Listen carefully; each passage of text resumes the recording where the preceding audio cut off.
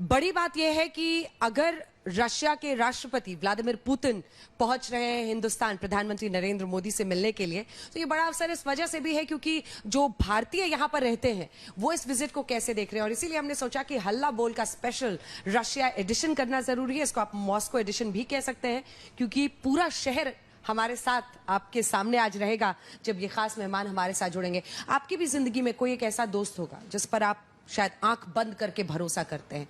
कुछ ऐसा ही है भारत और रशिया का रिश्ता, क्योंकि हमेशा मतलब जब जब तूफान हो, कोई चैलेंज हो, इन सब में भारत और रशिया के बीच जो भरोसा है वो खुलकर सामने आता है। आप कल्पना कीजिए, एक तरफ रशिया यूक्रेन युद्ध, जिसके बाद सैंक्शंस लगाया पश्चिमी देशों ने रूस पर, और बहुत उसका यहाँ पर असर भी हुआ कुछ दिनों तक, लेकिन उसके बाद ये देश कैसे फाइट बैक करता है।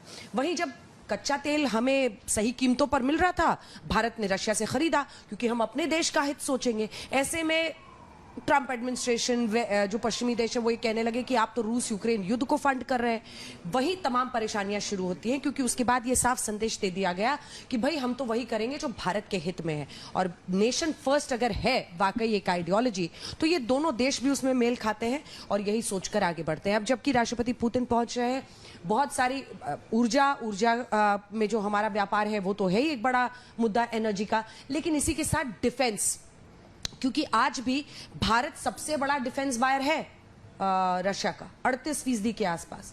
तो इससे आप अंदाजा लगा सकते हैं कि इस क्षेत्र में क्या होगा, क्योंकि ऑपरेशन सिंदूर आपने देखा था, पहलगांव आतंकी हमले, हाल में हुए दिल्ली आतंकी हमले, जिसके बाद बहुत सारी उम्मीदें मतलब तैयारियां भारत को करनी है और इसीलिए भारत तैयार हो रहा है। तो चाहे वो S-400 हो, S-500 एयर डिफेंस सिस्टम हो, चाहे Su-57 हो जो कि 5th generation stealth fighter jet से लड़ाकू विमान है, इन सब पर चर्चा होने वाली है जब व्लादिमीर पुतिन पहुंचेंगे।